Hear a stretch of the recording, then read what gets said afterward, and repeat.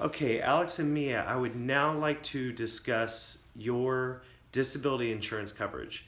And to start with, I want to talk a little bit about threats and consequences. What happens if threats occur or exist? That's right, they always exist. If you were to go into an emergency room with a cold, are they going to see you first or are they going to see the person that's bleeding from their head? That's right, they're going to see the person bleeding from their head first. Just like in the emergency room, we want to look at your financial world in the same context, and which is prioritizing the greatest threats to the least threats. For example, having wet socks on a camping trip. If you had wet socks and you didn't have a spare dry pair, when there was a 50-50 chance of rain, it's not going to be enjoyable, and potentially you could get blisters.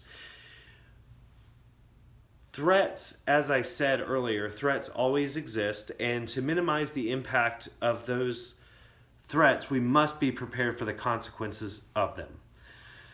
What I mean by that is your inability to do the things you want without an income.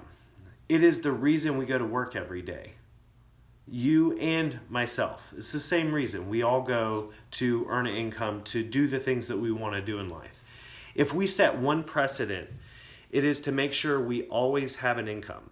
If we can protect against a threat of losing our paychecks, we believe it would be incredibly valuable and important to your family, as your ability to earn an income is one of your most valuable assets. Currently, in your emergency fund, you have, or your savings, you have around $17,500. And we recommend for a dual income household, such as yourself, to cover 3 months of expenses, which for you cover is right around $36,000. Currently, it's about half of where we'd like you to be, but it's something we can work towards as we progress through this relationship. Currently, your combined income is $11,100. And Alex, your current disability coverage is for $2,000 a month, and it is tax-free benefit because you pay for it with after-tax dollars. It has a 180-day elimination period and a 5-year benefit period. Mia, currently your group policy provides for about 65% of your pre-disability earnings, which is just under $3,100 per month benefit, and it is taxable because your employer pays for it.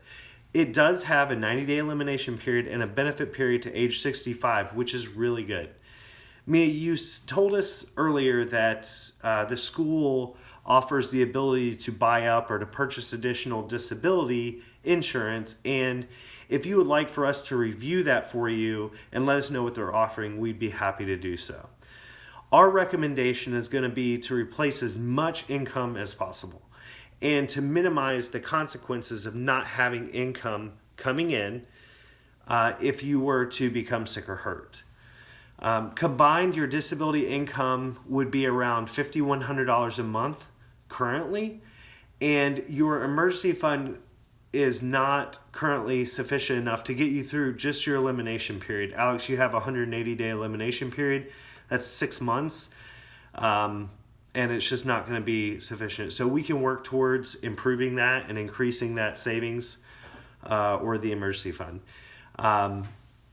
We did look at several insurance companies and to gauge an idea of what you would or could potentially qualify for. And we would recommend purchasing an additional, for you, Alex, $2,040 a month.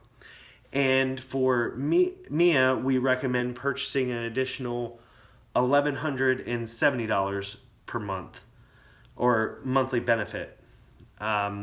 Both having a 90-day elimination period and both having to age 65 or 67 benefit period.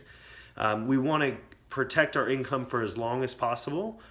And a couple other things that we would want to make sure the policies had would be a cost of living adjustment rider with a future increase option, which is going to be double of your base monthly benefit amount. So for example, Alex, your base monthly benefit amount is going to be $2,040 that you'd receive if you become sick or hurt. We would want the ability to purchase an additional $4,080 of future increase. So as your income goes up, which, from what we've gone over, you expect your income to increase by 3.5%. We'd want to make sure that we could cover as much as possible, because looking 25 years down the road, that is a significant amount of income that we would need to cover. And Mia, for you, yours was 5% pay increase that was expected. So we want to just make sure that we cover as much as possible. Both of these policies should be non-cancelable or guaranteed renewable, and you would pay for them with after-tax dollars. So the benefit that you receive is tax-free, and you won't have to pay any income taxes on the benefit that's received. I believe this covers your disability policies that you have and our recommendations. Do either one of you have any questions for me? Okay, great. Well, thank you for your time.